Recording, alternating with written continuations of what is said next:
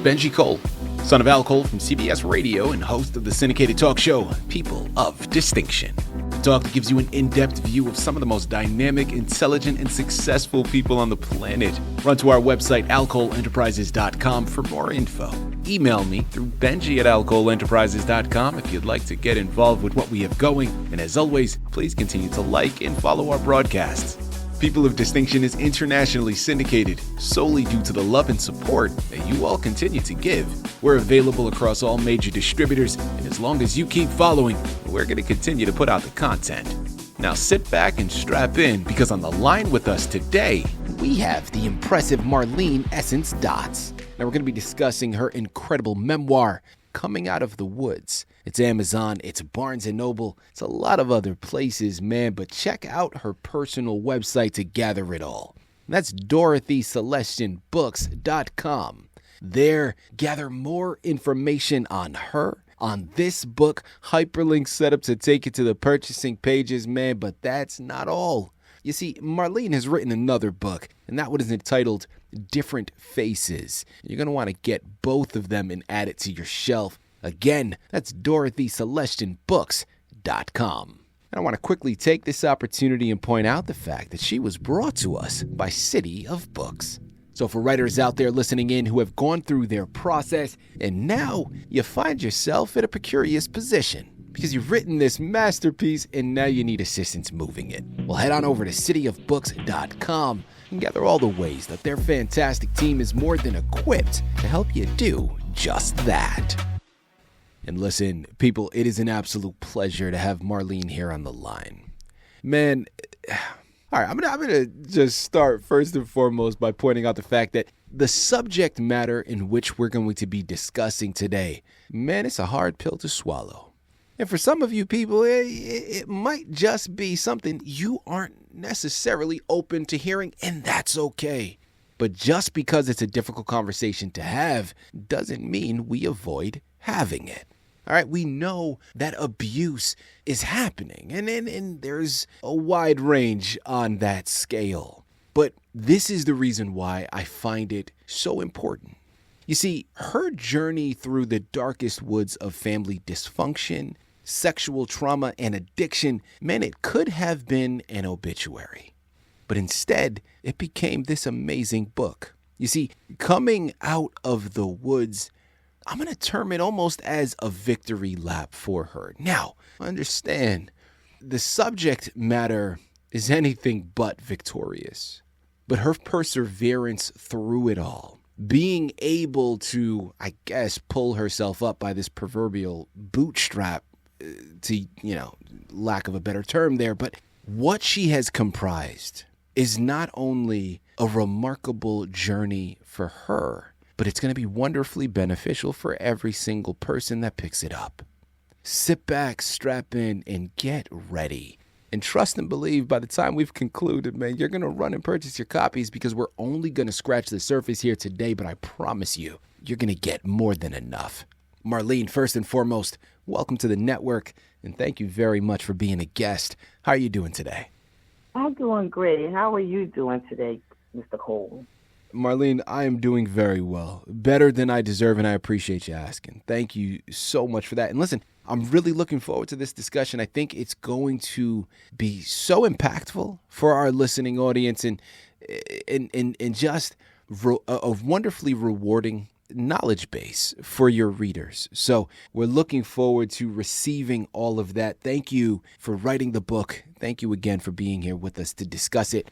Let's start off. I mean, this is a memoir. So actually, we're just going to jump right into the book, because we're going to cover your background while also learning about the book. So, Coming Out of the Woods. Tell us more about it. Okay, so let me just go back a little bit to Different Faces, because at that time when I created that book, I was at the lowest point of my life. So going through the process of me going through the rehab and then halfway house, I wanted to write a book, but didn't know how to pursue on, choosing the right publishing company, or didn't know how to go about, the whole process. So after writing Different Faces, a lot of people was intrigued about the book.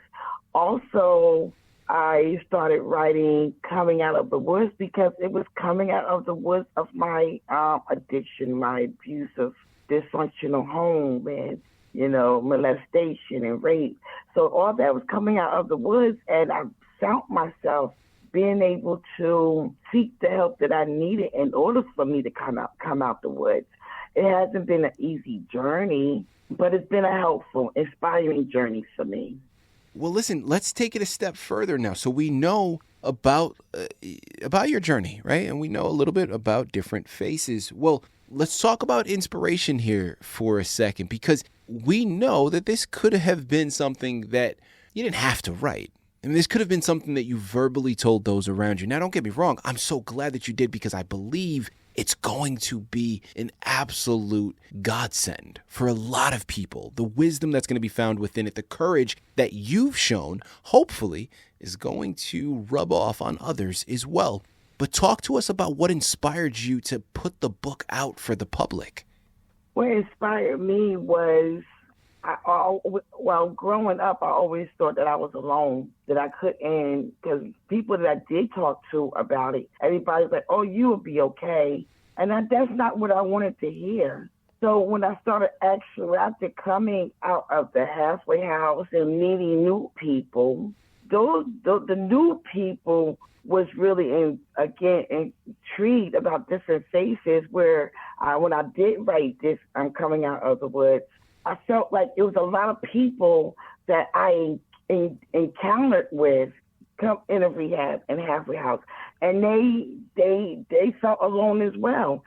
So how do I get people to speak about this? I had to put my own life out there so people can say, wow, if she can do it, I can do it. Or if she can get the help that she needed, I can too. A lot of people don't want to die out there in the street. They just don't know how to verbalize the abuse that they went through in life. Mm-hmm. So by me putting myself out there to help others, again, if it was never about the money, it's basically about just saving somebody's life, Mm-hmm. And I say to myself, wow, I didn't know how I was going to save my life, and this is the path I embarked on, and now I've been sober for like 8 years, and wow. I go to retreats, and I also go to halfway houses, and I talk to other women who are struggling with addiction, who can relate to my books. So, again, some people might not be able to read the book, but there are people out there that need the help, that need to hear it. Marlene, in a great segue that you've established, because I want to pay it forward next, right? You're talking about what people are going to be able to receive, and I believe it wholeheartedly. A lot of times it takes that one example for others to find the courage to speak their thoughts as well. Well, let's go there next, okay? Because, listen, for someone listening in right now who feels trapped in their own dysfunction, and listen, really, it could be a number of different things that would be categorized as a dysfunction, right? So it doesn't necessarily need to be your particular circumstance. But for those that are going through that moment of darkness right now and they see no way out, what's the one practical first step that worked for you that you could offer and potentially help them out as well? Just acknowledge that your life has become unmanageable and that we're never alone. There's all types of help out here that we can seek, and sometimes we just can't talk to a friend or a family member. Sometimes we got to talk to somebody greater than ourselves. That is powerful stuff. People, again, remember, it's Amazon, it's Barnes & Noble, it's DorothyCelestinBooks.com. Head on over there, purchase your copies of Coming Out of the Woods, and while you're at it, look at her other book that she mentioned earlier in the interview called Different Faces. Both of these are fantastic additions to your shelf. Head on over there, purchase your copies today. Follow-up that I want to go into now, Marlene. I often pose this question not just authors, but authors of memoirs specifically, right? Because listen, as an artist, going through that process and finalizing what's going to make the page and what unfortunately is going to stay on the drawing room floor, well, listen, there's a spectrum to that. But when it comes to a memoir, and a memoir that is, man, as deep as this one is, and as tough to swallow at times, revisiting some of these things can be almost a traumatic incident in and of itself. So talk to us about this writing process and how you ultimately came to the determination of what would make the page and what you decided to leave off. Well, Mr. Cole, the writing this book coming out of the woods, writing it, I thought it brought a lot of tears, writing this book. Mm-hmm. It brought, writing this book, I had to stop. It helped me grow as a person as well. It helped me grow. It helped me forgive. It helped me wanting to move forward with my life and never to look back at the dysfunction, never to look back at the drug abuse, never to look back.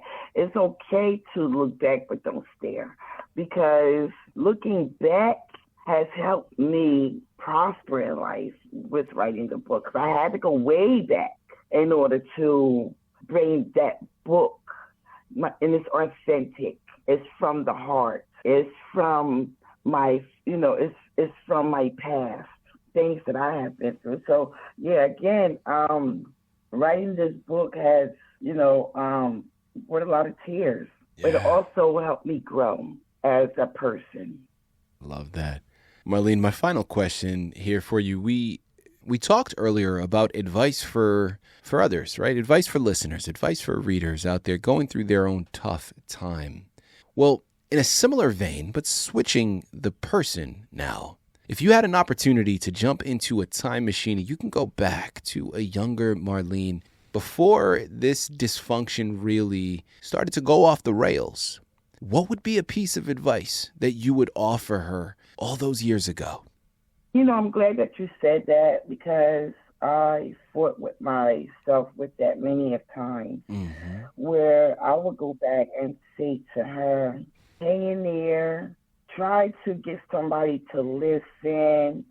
And it's never easy, to really tell somebody to hang in there. Because, in the dysfunctional life that I was living, for someone who had told the younger version of me to hang in there, I wouldn't have known what to do, or how to handle it at a young age as I was. Yeah. So I would really have to say, hang in there, things will be okay, and just keep praying. And because I did that a lot as well through my journey, is prayed, and God does hear prayers. So just growing up in church and praying and just feeling like no one else is there, but just know that God is there. He will listen to you. He's listening. What a powerful message. I've said on a number of occasions in the past, and I'm a firm believer in it, that God doesn't place anything on your path that you aren't strong enough to overcome. And I trust and believe, people, those words are very simple and much simpler than the actual action. I get it. Sometimes when you're going through it, man, it don't feel like that. I got it. It doesn't. It doesn't. But that's why your book is so powerful, Marlene, because you are a living testament to that, right? And it's one of those things, like I remember when my team and I were preparing our discussion for today, and we were going through the different topic points. One thing that kept coming up was the quote of, and of course now I'm blanking on the quote. There it is. Okay. It was the quote of hindsight being 20/20. And it's really interesting, man, because, as I've gotten older, that quote has really embedded itself into me and my life. And so many things now, as I look back, are perfectly clear. right? It's so obvious. But when I was going through it, man, it definitely didn't seem like that, right? There was a lot of areas of gray, and so many things were not so black and white. And I think that your book in this discussion, man, it offers a lot. And one realization that it has brought to me is the fact that clarity is not gifted, right? Like, it's carved out of the very things that are meant to destroy us. And it's those moments where a lot of the wisdom is derived. Now, again, in this, this is another reason why I think your book is so important, is because it doesn't always have to be our personal experience that wisdom is derived from. So this is why a book like this, man, it needs to be added to your shelf, because maybe it's not drug addiction, but I promise we all got our own dysfunctions. We all got our own things that we are going through. And if Marlene's story can help you look at things twice, maybe 3, 4, 5 times, whatever, how many times it takes, man. Some of us are hard-headed sometimes. It might take a few more glances. But if it can help you recenter, refocus, man, it's done its job. It is worth its weight in gold. It's Amazon, it's Barnes & Noble, it's DorothyCelestinBooks.com. Pick up your copies of Coming Out of the Woods today. While you're at it, get different faces and just get lost in them. Because Marlene was able to come out of the woods with her head held high. And once you read this book, man, you're going to do the exact same thing. Marlene, this has been a true pleasure. An absolute honor. Keep up the fantastic work. And once again, thank you for being a guest on People of Distinction. Thank you so much, Mr. Cole.